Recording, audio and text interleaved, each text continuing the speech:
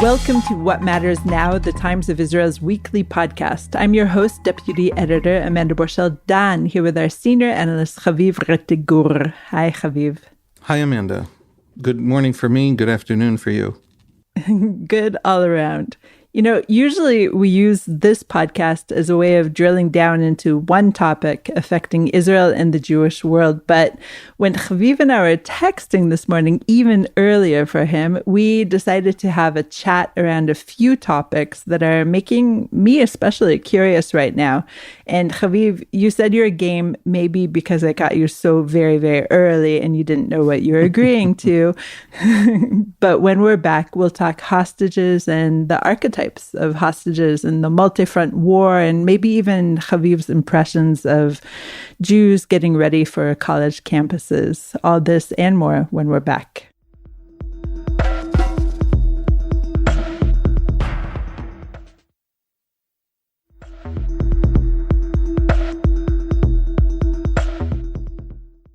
So, Haviv, this weekend, my husband, whom you know, was asked to recite his bar mitzvah portion at our local synagogue and provide a bit of a kiddush reception afterwards, always with a herring, right?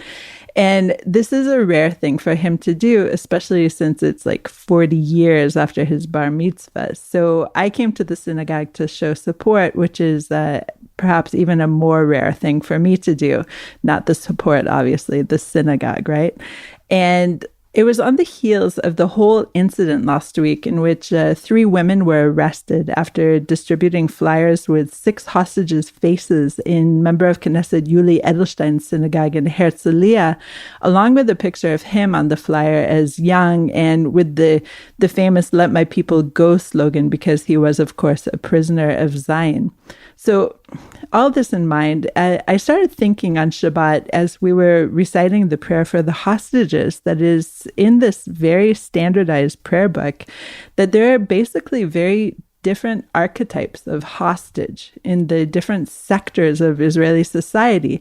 And even today, we're recording on a Wednesday because Haviv is traveling. Edelstein kind of, recalled this when he said, and I'm going to quote him, "Nobody can reproach the families, but I do not forgive people who turn the hostages into currency to promote goals that have nothing to do with them. No one tells the families what to do, and no one preaches morals to them. My late wife also did things that were less widely accepted when I was arrested." But then he started talking about how when I see the same people near my house for 4 years just changing shirts and signs, having picnics, yoga, Pilates, drinking beer, and singing in public, I don't forgive them. So that's a lot to unpack, of course, Haviv, but let's roll it back to just the idea of the different archetypes of hostage and my kind of weird moment of realization in the synagogue that basically religious Jews always have the hostages in mind daily and are praying for them. It was early in the morning when I agreed to this, but I'll just say I think it's really a fascinating point, and I think you're absolutely right that in the discussion, certainly overseas, in Israel, there's a lot more understanding of this, obviously, but overseas, there really isn't a sense of how central the question of hostages is to our culture, to our sense of self. For many, many hundreds of years, Jewish communities had hostages taken by others, by communities around them. One of the great traumas of the 19th century for Jews were the Tsarist, and not just the Tsarist Russian imperial, kidnapping of children. It was worse than kidnapping. It was much worse than kidnapping. The Russian government appointed committees of Jewish leaders who were tasked with sifting through the children of the community and deciding who gets taken by the Russian army for 20 years. And basically, it becomes de-Jewified and is lost to the community and isn't raised by their parents. And this was a real percentage. And these systems, because everyone defends their children at all costs, became profoundly corrupt. And so Jewish orphans, Jews from poor families, were sent by powerful, wealthy Jews because of this imperial system. And this is old stuff. This is Talmudic. In the Roman Empire, whenever they conquered, whenever they won a battle, would take massive numbers of slaves. And what that did was create in the Jewish tradition. And as you said, it's in everybody. It's if you're a praying Jew, or observant Jew, it's in your daily prayers. You can't get away from it. A prayer for the release of hostages, Pidyon Shvuim, and it's listed in the Gemara, in the Talmud, as one of the highest of all mitzvot. And not only that, when Maimonides, the 12th century sage in Cairo, explains what the actual commandment in the Bible is that redeeming hostages fulfills, I don't remember exactly, but he gives a list of something like 7 different commandments, including big, famous, central ones like love your neighbor as yourself, don't stand on your fellow's blood. In other words, don't stand by while your fellow is. And that becomes in the Great Codex, and I'll finish with this, just so people understand the centrality to Jewish religious ideas and life of hostages. In the Shulchan Aruch, which is the great codification after Maimonides of Jewish law that is, 95% of what Jewish law is today, the question of hostages, the way that the Shulchan Aruch says it is every delay in releasing hostages that is unnecessary is tantamount to bloodshed. Not tantamount to the hostage taker committing bloodshed. That's obvious. They're obviously criminals. The person who isn't doing something they could be doing to release hostages now is in that very act, in terms of the scale of Jewish law, of the moral scale, calculus of Jewish law, shedding blood. And so this is absolutely, and Yuli Edelstein is a religious man and knows this. He can't help but know it. This isn't some arcane minor point in the corners of Jewish mysticism somewhere. Hostages is central to the Jewish experience. And when you really dig deep into there, you suddenly see a lot of things that outside of Israel become inexplicable. For example, the ultra-Orthodox, I don't know if I want to get into it just in one sentence, just so people understand how deep these old ideas can be and how profoundly, how much they can affect the present. The ultra-Orthodox talk about military service. They're concerned about their lifestyle and their religious lives, but they talk about it in terms of children disappearing and coming back, not Jews, from that Tsarist experience. In other words, these ideas have power beyond this specific question of hostages. We taught our enemies, because of that old tradition, because that's so deeply embedded in Jewish culture, we have paid any price for hostages and therefore incentivized massively the taking of hostages. And that's, the protesters are deeply, deeply rooted in the Jewish tradition. And the people arguing that we have to be tougher and lower the value of hostages are responding to the enemy abusing that tradition in ways that are catastrophic for us, and will take more hostages in the future because of it. So yeah, this has a very old roots. So I would agree with you that the protesters are deeply rooted in the Jewish tradition, or at least the trauma of the Jewish tradition. But I'd also argue that I think the broad spectrum of the secular protesters have no idea, actually, what is the centrality of hostages in daily prayer. Perhaps even multiple times a day, people, religiously observant Jews, are praying for the hostages. And so that, to me, kind of explains Yuli Edelstein's comment about people having picnics or doing yoga. Yoga, of course, is used to raise awareness for the plight of Carmel Gat, who was ruthlessly murdered very recently, along with 5 others, in a tunnel in Gaza. And so I feel like in many ways that this disconnect between the two sectors of society, the religious Jews who are and do believe that the power of prayer has some kind of influence on the workings of the world, and they're doing their protest perhaps through prayer. And then we have a lot of very distraught secular Israelis, much of my family, in fact, is part of that, who are doing everything they can in order to raise awareness for an issue that perhaps is already raised in the awareness of many people that don't necessarily overtly show it. What do you think of that, Haviv? I'm not sure I agree. Secular Israelis don't know, they can't quote to you the Shulchan Aruch on this question. But there are signs saying Pidyon Shvuim, redeeming the hostages, at the protests. And it's a lot like secular Jews everywhere. They don't necessarily know the minutiae of what makes a fish kosher or a fish not kosher. But wow, they are very keenly aware that Tzar Ba'al Chaim, distress to animals, suffering of animals, is absolutely prohibited, and a big part of the question also of kashrut, of whether or not you can eat an animal religiously. And so the sort of foundational moral system is absolutely there among Israeli secular. And Israeli secular have much more access than, I would say, secular Jews in the diaspora, in any diaspora, the English-speaking, the French-speaking, but for the simple reason that they know Hebrew. In other words, when an Israeli Jew opens the Mishnah, they just read. They don't have to translate. They don't have to get a rabbi to interpret it. I mean, they should, because it's complex and it's very old Hebrew and all that. But nevertheless, it's like an American reading Shakespeare. It's not perfectly understandable, but it's completely understandable. And so there is an accessibility to it that makes it percolate in Israeli life. A lot of that religious language is part of our pop culture and pop music, and it's just part of what it is to be an Israeli Jew. So I do think there is an awareness, and I think it's more than it looks like. I actually think the religious assume things about the secular that aren't true among the secular, that there's a lot more religion. We know, for example, that they light candles far more often. There are far more Israeli Jews who light candles on Shabbat than believe in God in a poll, right? So what are they doing, right? There's a real connection there.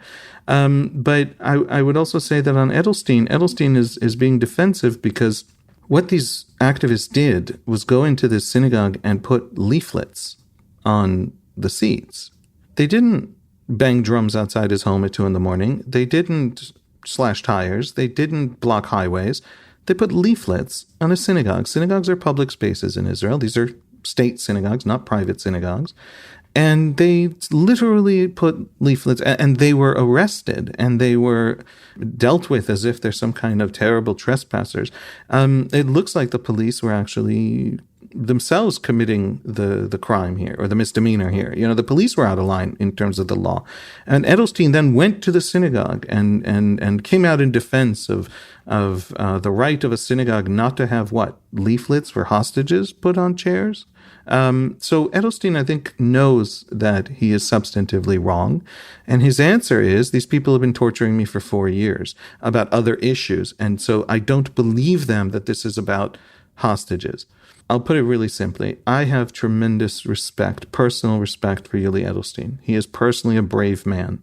I do think he thinks what he is saying, and I think he is mistaken, and this was a bad judgment call. I do think he thinks that those specific people who put those leaflets are not honestly about, fighting over hostages, because if there weren't hostages, they'd be putting leaflets about something else. Don't come out in support of silencing activists. You don't like it, don't be Speaker of the Knesset, don't be Chairman of the Foreign Affairs and Defense Committee. The war has not gone well, according to large numbers of Israelis, most Israelis, has not gone well, not meaning we're losing, meaning we're refusing to win. You are the chief parliamentary, overseer of the military, of the security services. He's the chairman of the Foreign Affairs and Defense Committee. Why haven't you called the government to task and driven the war to better, faster? And the North is empty for 11 months. Why is it illegitimate to come to you with complaints? If you don't like the complaints, don't have power. And so this idea that he is now the victim, it's important to say, Edelstein sat in the gulag for 3 years. Edelstein personally is an unbelievably courageous man, and he believes what he says. But he is part of a government that many, many Israelis think has failed them. And what part of that is illegitimate? What part of that means police can start arresting people for putting flyers out in public spaces? So, I guess my point is, the hostage point is a vocabulary with which we are talking about many other political divides. I accept his point. That is true. He doesn't get to defend the arrest of people putting pamphlets out, flyers out in public because of it. Okay, we'll go to a short break and discuss point number 2.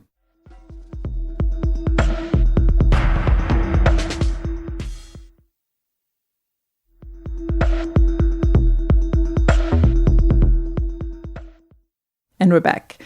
So You're abroad, and I would like it to be noted in the Chronicles that you're often abroad, and no one should have any kind of conspiracy theory in mind when they think about how you were abroad during the Iran strike in April, for example. And you're abroad this week when we've had a ballistic missile from the Yemenite Houthis and a drone from Iraq crossed into Israeli airspace. So no conspiracy theory, right? Right, Haviv?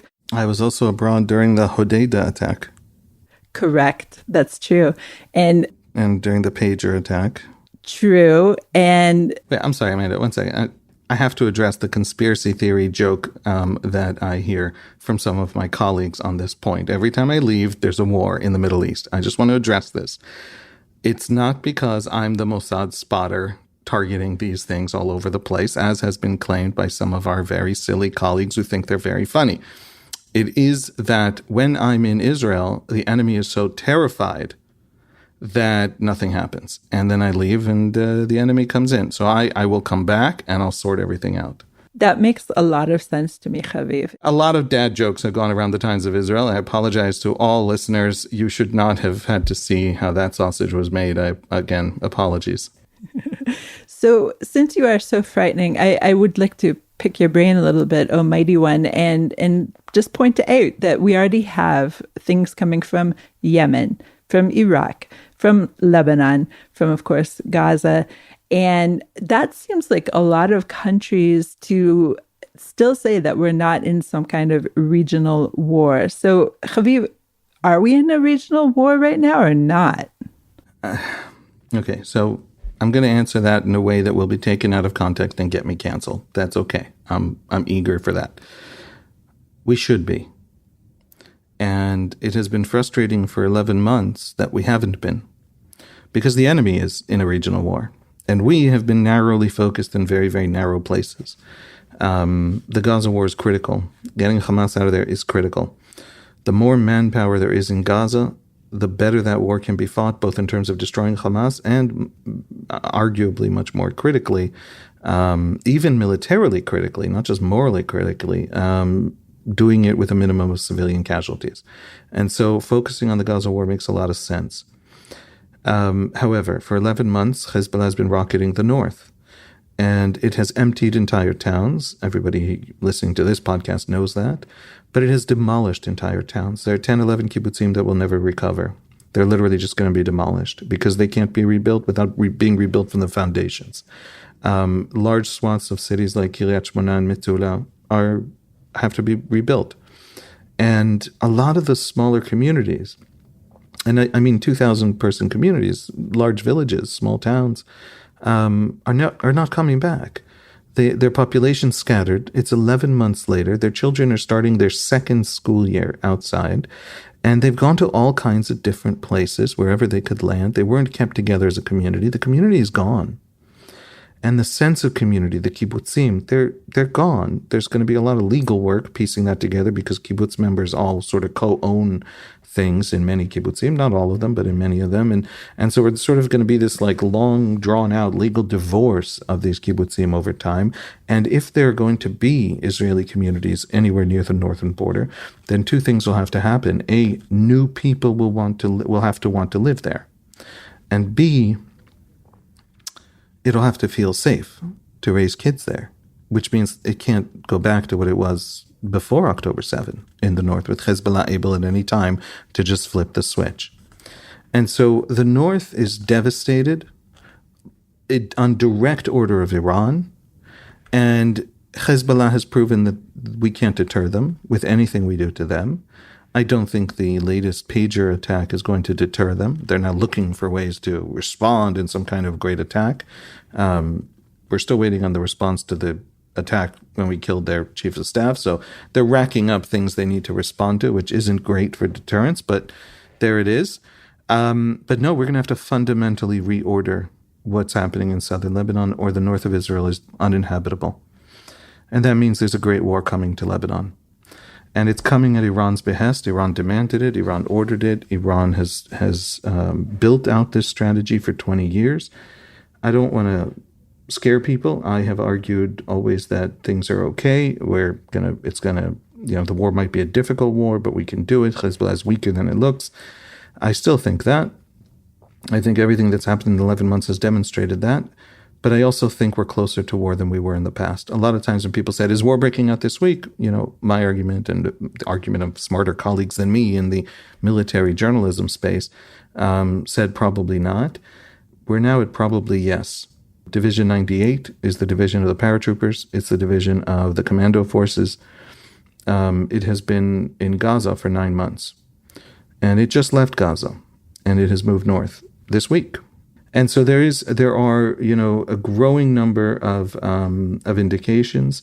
There was a ceremony to commemorate the fallen soldiers of the Golani Brigade. Many of them fell in Gaza recently. And it was for tonight in Israel. And it was canceled. The defense minister was going to be there, and it was delayed. And many things have been delayed. And Prime Minister Netanyahu went this morning to meet the president to give him a security briefing. The president of Israel isn't involved in security. When the prime minister gives a briefing to the president on security, it's a very rare thing, and it's a thing that usually involves war. Now, does that mean it's war, or does that mean, we've been in war in Gaza, there could just be a follow-up? We don't know, and they're not saying. But if I was a betting man, I would put the likelihood of real war in Lebanon soon is higher than it was before. What does that mean? What does it mean, Haviv? Because we're hearing conflicting desires in a way. And we heard from one higher-up general last week or this week that his goal would be to create a buffer zone, a huge buffer zone along the border. And I don't know, potentially it would be on the other side of the border instead of on our side of the border, which is kind of what it turned into following the 2006 Lebanon war, unless I'm mistaken. So would that be a huge, massive war if that were the goal? I think that would just, there are no answers here. It's people searching for ways to solve the problem we just described, right? How do people go back? How do you go back with Hezbollah? The Hezbollah we've met in the last 11 months on the border. Constantly rearming, constantly being built out. Iran doesn't care if Lebanon is destroyed in the future war. How do we go back? I would argue, actually, Haviv, that on the idea of getting people back there, your point number one, who is going to go back, will lower the housing costs. And I think a flock of younger individuals will purchase homes there and go back to that area of the country. Because, of course, the housing costs in Israel are terrible, despicable. None of my 7 kids will probably own a home. In any case, that would be one way to solve that issue. But yeah, the security, the issue of feeling safe along the border is something other completely. Maybe. Hopefully. The two problems are, how do we fight Hezbollah in ways that don't exact massive costs on Israel? That might not be an option. We might have to bite the bullet and take on those costs. And then the cost that we would have to wreak on Hezbollah, and therefore on Lebanon, right? 150,000 Hezbollah rockets and missiles are all buried under villages, and they're all prepared to launch at us. And the international law people are all going to pretend that international law says we're supposed to just leave them there, knowing Hezbollah plan to use them. But nevertheless, what we will have to do to take them out in those villages will be devastating for Lebanon. And the infrastructures of Hezbollah are deep in Beirut. The infrastructures of Hezbollah are in the Bekaa Valley. They're all over the place. So the question, I think, is how do we go to a war with Hezbollah, which Israel appears, by all counts, this pager attack, there's a lot of speculation, really just speculation, about what the thinking is. It didn't immediately precede a massive Israeli ground invasion. So what was it for? And there are two things suggested by very smart analysts. One of them was putting thousands of explosives in thousands of encrypted pagers belonging to Hezbollah is something that could be noticed. It's something that was temporary because eventually someone was going to try to change their battery and see it, and then they would understand and drop all the pagers everywhere, and you'd lose the asset. So they had to use it quickly after deploying it, and so they used it. The second point is they used it as an intelligence dump. All of the videos coming out, knowing exactly who it is who had a Hezbollah pager, is the valuable information. And what they've just done is mapped out all of the commanders of Hezbollah and the communication system of Hezbollah. For example, the Iranian ambassador to Lebanon was wounded. Well, that's an interesting thing to know. It's interesting to know that the Iranian ambassador to Lebanon is literally holding in his pocket a Hezbollah encrypted communication device they use to activate their commanders. And so this massive intelligence dump, coupled with the short time they had to actually do it, suggests that the war isn't something you do as a artillery bombardment before the invasion. It is a week before. It is mapping out so you can now begin to seriously build out, Air Force and intelligence envelope for a major war. But if the war is coming, and this is, you said something about the regional war. You said, are we in a regional war? Here's the thing. Why should Lebanese civilians, most of whom don't want this war, most of whom hate Hezbollah for bringing them to the brink of this war, for no interest of Lebanon, but in the service of a foreign empire? What if we don't destroy Lebanon? What if instead of destroying Lebanon, we take every single thing Hezbollah does and we take it out on the Iranians? What if we take the war directly to the Iranians? The Iranians are unbelievably vulnerable. If they are already emptying our north, if they're already threatening us with annihilation, if they're already close to a nuke and have enough fissile material for 10 bombs, what if now we do to them the damage that will set their economy back 30 years? What if these fragile dictators who are constantly having to beat women in the street in order to hold on to their rule, what if they suddenly lose their capacity to export oil? Or what if they suddenly lose all of their drone-making factories that they sell to Putin for his war in Ukraine? What if we do what we did to Hodeidah port in Yemen on a larger scale, on a 10 times larger scale, to the strategic infrastructures that the IRGC owns in Iran? There's, if you attack these infrastructures, the oil infrastructures, the weapons building infrastructures, you hit the regime, you hit the Revolutionary Guards without hitting Iranian civilians. And you exact catastrophic costs from the enemy that prevent you from having to exact quite as high a cost from the people the enemy put in the way of exacting costs from the enemy.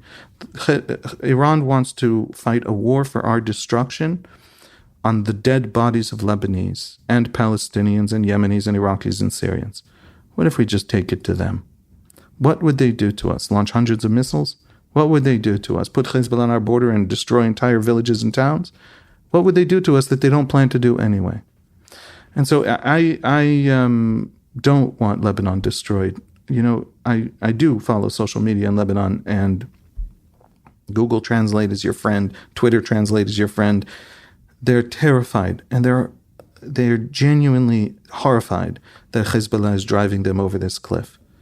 Well, why not show who the real enemy is and start to exact those costs from that enemy, and maybe do it now before an American administration changes that might not have our back as much. I don't know if that'll be the Democrats or the Republicans. The Republicans could come in, and instead of the ones who would take an aggressive posture on Iran, the isolationists could run these policies. The Democrats could come in and take a swerve to the progressive side that will refuse to engage Iran, even when Iran is destroying nations, not Israel, other nations. So I don't know what will happen in the future. Right now, why don't we do that? Well, fascinating. And it drives my head in many other different directions that we will discuss in future episodes, I imagine, Haviv. But I did want to hear your thoughts very briefly on what you're seeing in the U.S. right now, and especially with the students going back to campuses. Do you have any impressions?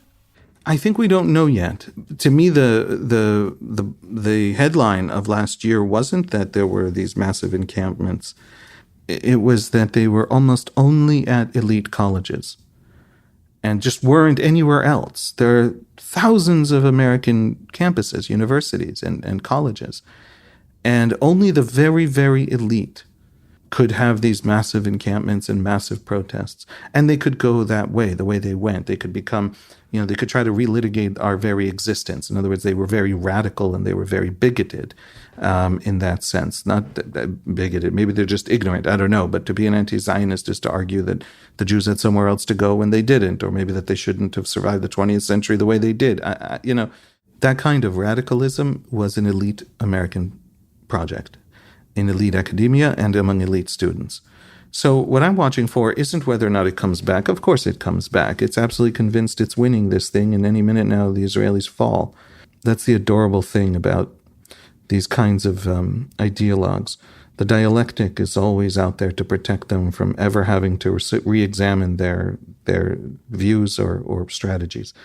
But my question is it spreading beyond the elite campuses to other places in American society?